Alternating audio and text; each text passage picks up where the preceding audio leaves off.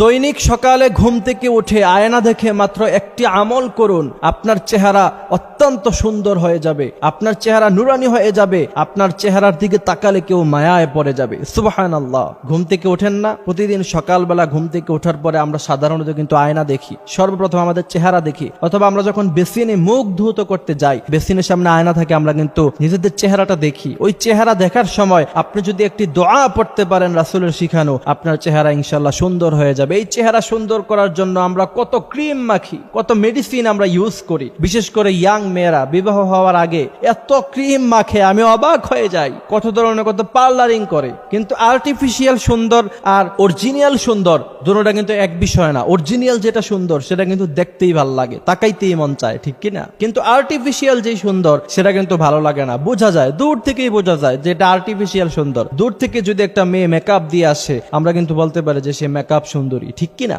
এই জন্য কেউ যদি অরিজিনালি নিজেদের চেহারা সুন্দর করতে চায়, রাসূল করিম সাল্লাল্লাহু আলাইহি সাল্লামের শিখানো সেই দোয়া যখনই আপনি আয়না দেখবেন তখনই আপনি পড়বেন। ইনশাআল্লাহ এই আমল নিয়মিত করতে থাকলে দেখবেন চেহারার মধ্যে এক ধরনের লাবণ্যতা চলে এসেছে, এক ধরনের মায়া চলে এসেছে। বিশেষ করে মুসলমানরা যখন বুড়ো হয়ে যায়, চুলগুলি পেকে যায়, দাড়িগুলি পেকে যায়, চামড়া যখন কুচকে যায়, তখন কিন্তু দেখবেন তাদের চেহারা তখনও এক ধরনের একটা মায়া লাগে, যেটা অন্যান্য ধর্মের মানুষদেরকে কিন্তু লাগে না। কারণ কি? তাদের চেহারার মধ্যে একটা লাবণ্য থাকে, একটা মায়া থাকে, নুরানি চেহারা হয়ে যায়। এই জন্য প্রিয় ভাইয়েরা আমার, আমরা এই আমলটি করব। সুন্দর হওয়া এটা খারাপের কিছু না। রাসূল করিম সাল্লাল্লাহু আলাইহি সাল্লাম পৃথিবীর সবচেয়ে সুন্দর মানুষ ছিলেন। হযরতে সুলাইমান আলাইহিস সালাতু ওয়াস সালাম পৃথিবীর সবচেয়ে সুন্দর মানুষগুলির মধ্যে থেকে অন্যতম সুন্দর মানুষ ছিলেন, যার জন্য মিশরের এমপি মন্ত্রীর বউরা লেবু কাটতে গিয়ে নিজেদের হাত কেটে ফেলেছিলেন। আমার ভাইয়েরা, আর বলা হয়েছে মুহাম্মদ সাল্লাল্লাহু আলাইহি সাল্লামকে যদি মিশরের ওই সমস্ত নারীরা দেখতো, হাত কাটার বদলে নিজেদের কলিজাটাই তারা কেটে ফেলতো।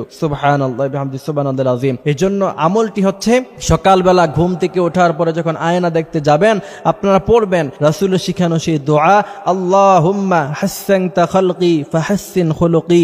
আবার আমি বলছি, দোয়াটি হচ্ছে আল্লাহুম্মা হাসসানতা খালকি ফাহাসসিন খুলুকি। রাসূল করিম সাল্লাল্লাহু আলাইহি ওয়াসাল্লামের ব্যাপারে হাদিস শরীফের মধ্যে এসেছে যে রাসূল করিম সাল্লাল্লাহু আলাইহি ওয়াসাল্লাম সব সময় তিনি যখনই আয়না দেখতেন তখনই এই দোয়া পড়তেন, আল্লাহুম্মা হাসসানতা খালকি ফাহাসসিন খুলুকি। এবং আরেকটি দোয়া আপনারা পড়তে পারেন, ফাতাবারাকাল্লাহু আহসানুল খালিকিন। আমি আপনাদেরকে আবারও বলছি, ফাতাবারাকাল্লাহু আহসানুল খালিকিন। এই আয়াতের অর্থ হচ্ছে আল্লাহ সুবহানাহু ওয়া তাআলা মানুষদেরকে কতই না সুন্দর আকৃতি দিয়ে বানিয়েছেন। প্রিয় ভাইয়েরা আমার, আপনি যখন এই আমলগুলি করতে থাকবেন আর শুকরিয়া আদায় করতে থাকবেন, ইনশাআল্লাহ দেখবেন দিন দিন অরিজিনালি ভাবে আপনার চেহারা সুন্দর হয়ে গিয়েছে।